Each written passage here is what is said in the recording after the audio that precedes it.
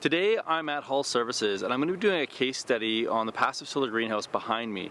Now, Vaden Summers has been the primary force behind getting this passive solar greenhouse installed onto Hull Services and collaborated with Fleur Canada and Verge Permaculture to help design and build and install this passive solar greenhouse.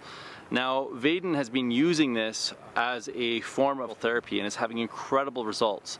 So today, when we go into this case study, we're going to look at how he's using it in therapy and where he plans on taking his program as things move forward. So I hope you enjoy this case study and get tons out of it. If you've got any questions, leave it in the comments section below, and we'll see you in the next video.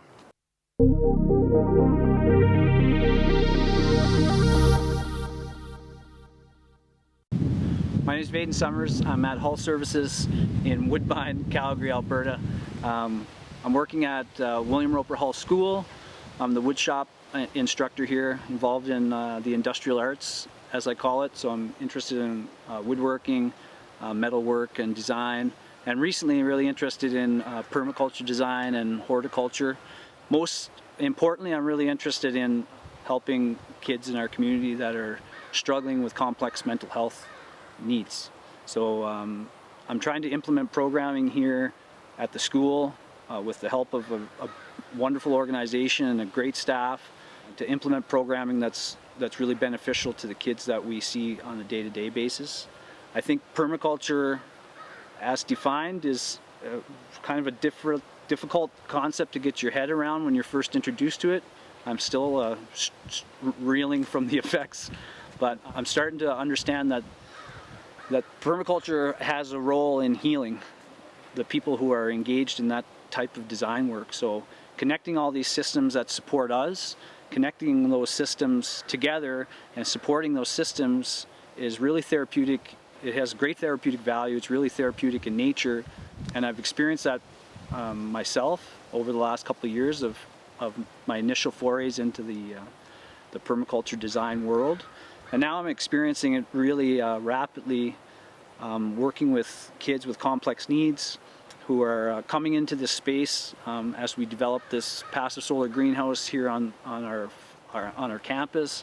And we're in the process of designing about 2 acres so far of land here in Woodbine, and introducing the kids to the concepts of design and caring for the land. And we're lucky we do have a beautiful campus.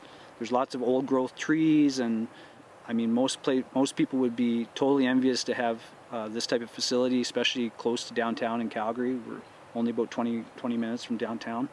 We've been here 50 some years, 54, 56 years.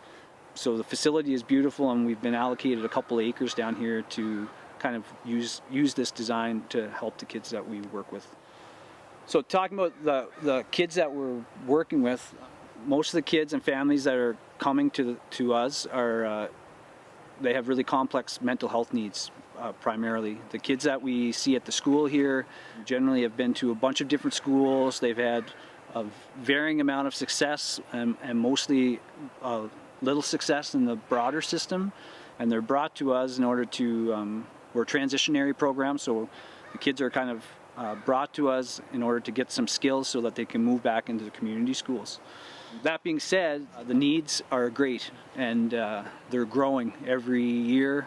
The wait list increases for our organization, and we're seeing more and more kids with more and more complex needs. About 7 or 8 years ago, Hull Services as an organization kind of went on this journey of implementing the neurosequential model, which is based on the work of Dr. Bruce Perry out of Texas. And basically the concept, explained as it was to me, really easy to understand, is the brain arranges itself in a hierarchical fashion, starting at the brainstem up to the frontal cortex, essentially. So a lot of our kids, if they've experienced some significant trauma in their life at a young age, so that can be anywhere in utero, on up, they kind of get stuck in their brain development at certain stages, or they have some issues within their brain development that kind of sends the wiring in their brain to be what you would say atypically wired. So they have trouble with managing anger. They may have issues with, a lot of the mental health issues that we've seen can be attributed to trauma. And it's no mystery anymore. I mean, throughout all these systems, people are that trauma informed is becoming really popular. But I think the difference between being a trauma informed organization is in the implementation of these ideas. So kind of taking this concept of how do we help kids who have experienced trauma. We know that they need to have like sensory processing activities. They need to have pattern repetitive activities where they can start rewiring from the brainstem up. Our kids experience like elevated heart rates first thing in the morning, stuff. They're kind of on a arousal continuum. They show up to school like really high up on that arousal continuum, so it's really hard for them to sit down, obviously, and do long division when they having trouble even sitting in their chair. So getting the kids out of the traditional classroom spaces and kind of into natural spaces is a regulating activity. So what we're trying to do here at Hull Services and at the school in particular is to provide those therapeutic spaces for kids. That's what I'm really interested in doing. And I think permaculture will be a defining role in the school development, I think, of engaging kids in the natural world and using this as a milieu, a therapeutic milieu, where you can actually teach skills, not just are valuable for your mental health, but also valuable in carrying forward for your nutritional health, for your physical health, all those things. I think it's going to play a huge role in development of our kids that are here on the facility and of the program in general. And I think moving forward, we have big plans for the future. I tell everyone I'm planning and designing for 300 years into the future. So as an organization, they've given us tons of support. They've given us a substantial amount of acreage here to work with. So moving forward, we want to continue using permaculture as our design philosophy and kind of spreading the programming into the area adjacent to the school.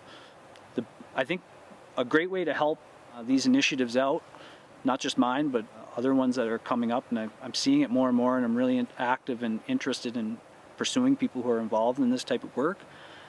I think one of the best ways you can help a guy like me or an organization like mine out is to like and share everything because it really does put things in front of people that can help. And consistently over the last couple of years, as this kind of idea proliferates a little bit, I'm getting calls every week from someone else who has an idea or some way that they can help, or people are really interested. I think there's a different demographic of adult that's coming up through the system that's really engaged in their communities. They want to help.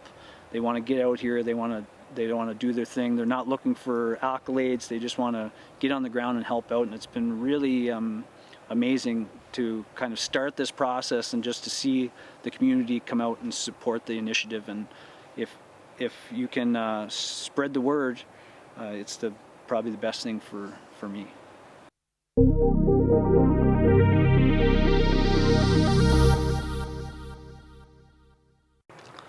Hopefully you found that case study insightful.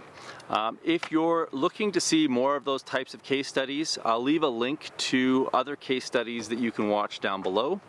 A lot of people that have watched these case studies have found a lot of insights and ideas with regards to how they can bring passive solar greenhouses into their own life.